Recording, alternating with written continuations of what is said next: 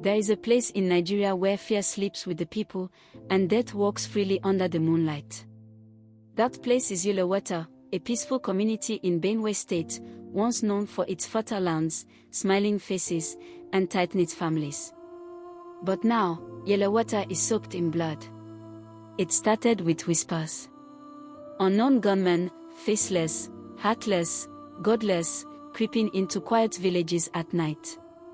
At first, they destroyed farms. Soon after, they came for lives. The people cried out. They begged the government. They held peaceful protest. They prayed.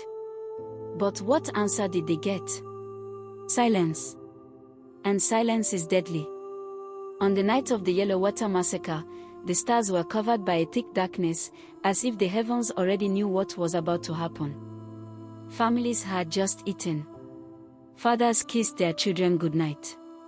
Mothers tucked babies into thin wrappers to protect them from the night cold. Innocent villagers laid down to sleep, never knowing it would be their last. Then, it happened. Like demons unleashed from hell, the gunmen came with guns, machetes, and petrol. They moved from house to house, pouring fuel, locking doors from outside, and setting entire families on fire. Babies screamed. Mothers wailed. Men tried to break doors. But it was too late. Over 200 people. Men, women, children, burned alive. In their sleep. The smell of burning flesh filled the air. The cries were so loud that even the animals fled the bush. Houses that once held laughter and prayer became graves of ash and smoke. And where were the leaders? Nowhere. No helicopters. No military rescue. No governor's visit. No justice. They played deaf. Politicians tweeted football scores and hosted political meetings. They argued over power sharing while entire communities were wiped off the map.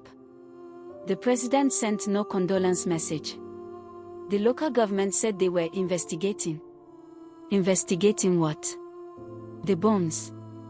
The ashes. The lives that will never return. Now, in Benue, especially in Yellowater, people no longer sleep.